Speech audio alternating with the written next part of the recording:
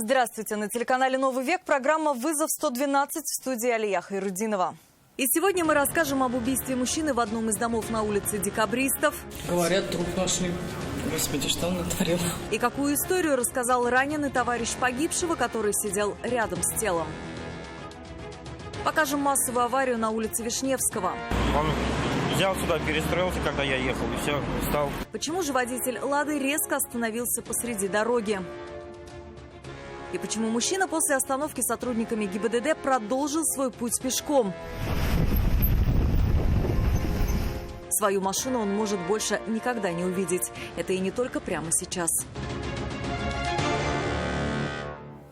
Тело 62-летнего мужчины со множеством ножевых ранений обнаружили сотрудники Росгвардии в квартире одного из домов на улице Декабристов. Стражей порядка вызвал его товарищ, с которым они в этот вечер вместе выпивали. Мужчина сам был ранен. Айрат Назипов с подробностями происшествия. Весь день дома работаю. Что случилось? Говорят, труп нашли. Соседи узнали, что в доме произошла трагедия только после того, как на место приехали все оперативные службы. Рассказывают, 62-летний мужчина жил один. В конце минувшего года его супруга скончалась. Говорят, был мирный и тихий, но в последнее время стал выпивать. Выпивает, конечно. Господи, что он натворил? Там просто в квартире этажом ниже труп обнаружили, якобы убийство. Я его сегодня видел в 4 часа дня. Да, тоже видел. И 3:30 я видел, он садился за руль, мы разминулись на машине, поздоровались. Соседи рассказывают, был один, но на деле выпивал вместе со своим 60-летним знакомым. Именно он и вызвал стражи порядка. Приехавшие по вызову сотрудники Росгвардии обнаружили в квартире бездыханное тело 62-летнего хозяина. Врачи скорой помощи подтвердили, что помочь ему уже нельзя. У него насчитали 8 ножевых ранений. В комнате также находился раненый в плечо гражданин, который заявил, что это он, обороняясь, нанес смертельное ранение оппоненту, поскольку тот первым напал на него с ножом. Подозреваемого задержали и передали полицейским для дальнейшего разбирательства. Сейчас раненый мужчина госпитализирован. Следственный комитет проводит доследственную проверку, по результатам которой будет принято процессуальное решение. Айрат Назипов, Елена Саляхова и Наиль Абдулин. Вызов 112. Пожар произошел сегодня днем в частном доме по улице Нагорная, что в поселке Кадышево. Сгорела кухня и одна из комнат. По предварительным данным, во время пожара в доме находился только 11-летний ребенок. Он пытался приготовить еду, но огонь вышел из-под его контроля. В огне никто не пострадал. Мальчик успел покинуть горящее строение и вызвать пожарных. Он хотел картошку фри пожарить, а там же масло. Жизнь одного человека унес пожар, произошедший ранним утром на улице Комарова в селе Богородское. Огонь полностью уничтожил частный дом. Общая площадь возгорания составила 100 квадратных метров. Во время разбора завалов огнеборцы обнаружили тело 64-летнего хозяина дома. Его супруге удалось спастись. Еще один крупный пожар произошел этим утром в садовом некоммерческом товариществе «Березовая роща». Там загорелся садовый дом на площади 15 квадратных метров. Пострадавших нет. Пенсионерка, которая попала под колеса «Газели», накануне днем на улице Гвардейская скончалась. Женщине было 74 года. Ее не успели довезти до больницы. Как установили автоинспекторы, женщина переходила дорогу по пешеходному переходу, но на запрещающий сигнал светофора. Однако, по мнению автоинспекторов, в происшествии, вероятно, есть вина и 23-летнего водителя грузовика. Он не выбрал безопасную скорость. По данному факту будет возбуждено уголовное дело. Крупная авария произошла накануне вечером на мосту «Миллениум». Там столкнулись сразу 3 автомобиля: «Лада» 13-й модели, «Лада Гранта» и «Хёнде». От удара машины разбросала почти по всей ширине проезжей части. Однако, несмотря на сильные повреждения, в аварии никто не пострадал. Кто спровоцировал аварию, расскажет Айгуль Бадрудинова. Получается, я затормозил прямо перед фишками. Автомобиль этого мужчины получил в аварии наибольшие повреждения. Удар был таким, что «Ладу» после столкновения развернуло поперек дороги. Получается, удар приходится, моя машина разворачивается спереди, слева у меня видно как раз. Поэтому была двигаться, стреляться. Водитель «Лады» 13-й модели выезжал с улицы Подлужной на Вишневского, ехал в сторону центра. Начал перестраиваться налево и в этот момент увидел стоящие на дороге конусы.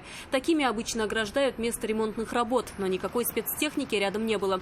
Мужчина стал притормаживать, чтобы не сбить ограждение, и в этот момент сильный удар. Сзади в него врезалась «Лада Гранта». Он взял сюда, перестроился, когда я ехал, и все, встал, вот я врезался. От удара «Ладу» 13-й модели откинула на попутный «Хёндай». Машины разбросала по дороге. Несмотря на сильные повреждения, в аварии никто не пострадал, а прибывшим на место автоинспекторам теперь придется установить, кто виноват в этой аварии. Никто из участников ДТП вину на месте не признал. Айгуль Бадрудинова, Елена Саляхова, Наиль Абдуллин. Вызов 112. Свыше 1400 нарушений выявили сотрудники ГИБДД в ходе рейда под названием «Автобус». Всего проверили около 4000 маршрутных транспортных средств. Обращали внимание не только на техническое состояние автобусов, но и на самочувствие водителей. Они должны проходить медосмотр перед каждым рейсом. Выявлено более 400 фактов управления автобусами с техническими неисправностями. Из них 62 автобуса помещены на специализированной стоянке за управление с техническими неисправностями у рулевого управления и тормозной системы. 25 фактов дачи взятки пресекли сотрудники госавтоинспекции Татарстана с начала этого года. Поводы дать инспектору деньги, как правило, разные. Кто-то хочет гарантированно сдать экзамены на водительские права, кому-то хочется избежать ответственности за нарушение правил движения, но есть и те, кто идет на преступление ради красивых номеров. Один из таких случаев произошел в Казани 27 января. За легализацию красивого номера мужчина предложил автоинспектору 50 тысяч рублей, но вместо номеров получил уголовное дело. Оно уже направлено в суд. Туда же с высокой долей вероятности отправится и водитель «Фольксвагена». 4 апреля он, будучи нетрезвым, в надежде избежать наказания, пытался подкупить сотрудника ГИБДД, предложил ему 50 тысяч рублей за то, чтобы инспектор не заметил его состояние, но был задержан при попытке дачи взятки. Госавтоинспекция напоминает, что дача взятки должностному лицу лично или через посредника, согласно статье 291 Уголовного кодекса Российской Федерации, наказывается санкциями вплоть до 2 лет лишения свободы со штрафом в размере от 5-кратной до 10-кратной суммы взятки или без такового. Не заплатил штраф и практически лишился своего автомобиля. В такую ситуацию сегодня утром попал водитель Kia. Его остановили сотрудники ГИБДД на проспекте Амирхана. Оказалось, что мужчина задолжал чуть меньше 200 тысяч рублей. Все за нарушение правил дорожного движения и неоплату их в установленное законом время. Домой мужчине пришлось идти уже пешком. Его автомобиль забрали на штрафстоянку. Теперь машину ждет принудительная продажа. И когда погасите долги? Через месяц. Что вам мешало вот с лета это не погасить? Возможность нет. Водитель Kia Cerato за 2 года нарушил правила дорожного движения на 89 тысяч рублей, причем в разных регионах страны. В подавляющем большинстве превышал скорость, штрафы не платил, за просрочку суды штрафы ему удваивали. Причем эта сумма прибавлялась к основному долгу. Таким образом, его задолженность выросла до 191 тысячи рублей. Мужчину до этого утра, видимо, не волновало, но сегодня остановившие его сотрудники ГИБДД проверили мужчину по базе данных неплательщиков, а судебные приставы изъяли у него машину. О долге мужчина знал. Автомобиль у него арестовали еще летом минувшего года, однако изымать не стали, оставили ему на ответственное хранение. Но он так и не заплатил ни рубля.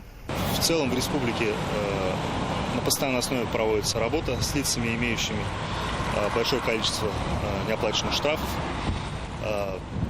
Одной из действенных мер с такими лицами является задержание транспортного средства и его арест. В текущем году совместно со службой судебных приставов было арестовано 182 транспортных средства должника. В случае, если водитель не оплатит штрафы в ближайшие 10 дней, ему, вероятно, придется навсегда попрощаться со своей иномаркой. Автомобили должников принудительно продаются, деньги идут на погашение долга, а то, что остается, возвращается владельцу. Нафиса Минязова, Айрат Назипов, Наиль Абдуллин. Вызов 112. Полицейские Казани ищут пострадавших от действий 6 работников Казанского аэропорта. Напомним, их задержали сотрудники транспортной полиции по подозрению в краже личных вещей пассажиров. У задержанных изъяли детскую обувь, телефон, ноутбук, алкоголь и плойку для волос. Всех тех, кто опознал свои вещи, а также имеет какую-либо информацию о хищении багажа, полицейские просят обращаться по телефонам, указанным на экране. Магазин с поддельными наручными часами обнаружили полицейские в Казани. Сотрудники отдела экономической безопасности и противодействия коррупции провели в нем контрольную закупку. Купленные аксессуары с именами известных японских и швейцарских брендов оказались контрафактом. Это подтвердила экспертиза. По данному факту возбуждено уголовное дело по статье «Незаконное использование средств индивидуализации товаров». Теперь бизнесменам грозит лишение свободы на срок до 2 лет со штрафом в размере до 80 тысяч рублей. В период с 1 по 10 апреля 2021 года на территории Республики Татарстан проведено 1045 проверочных мероприятий. Выявлено 34 административных правонарушения. Выявлено 6 преступлений по статье 180 Уголовного кодекса Российской Федерации. Это все, о чем мы успели вам рассказать. В студии была Алия Хайрудинова. Увидимся и не бросайте вызов судьбе. Вдруг она его примет.